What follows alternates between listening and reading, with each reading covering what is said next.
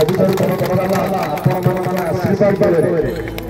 ଆମ ଦଳ ଗୋଟେ ନୂତନ ଦାୟିତ୍ୱ ଦେଇଛି, ରାଜ୍ୟରେ ମନ୍ତ୍ରୀ ରୂପେ ଆମ ନିର୍ବାଚନ ମଣ୍ଡଳୀକୁ ପ୍ରତିନିଧିତ୍ୱ କରିବା ପାଇଁ ମୋତେ ସ୍ଥାନ ଦେଇଛି।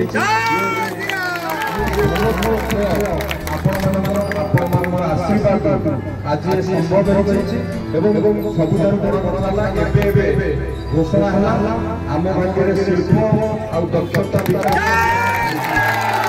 ତାକୁ ଗୋଟେ ଶୀର୍ଷ ସ୍ଥାନରେ ପହଞ୍ଚାଇବା ପ୍ରଧାନମନ୍ତ୍ରୀ ନରେନ୍ଦ୍ର ମୋଦିଜୀଙ୍କର ଯୋଉ ଲକ୍ଷ୍ୟ ଅଛି, ଯୋଉ ସଂକଳ୍ପ ଅଛି ବିକଶିତ ଭାରତ କରିବା ପାଇଁ ଆମେ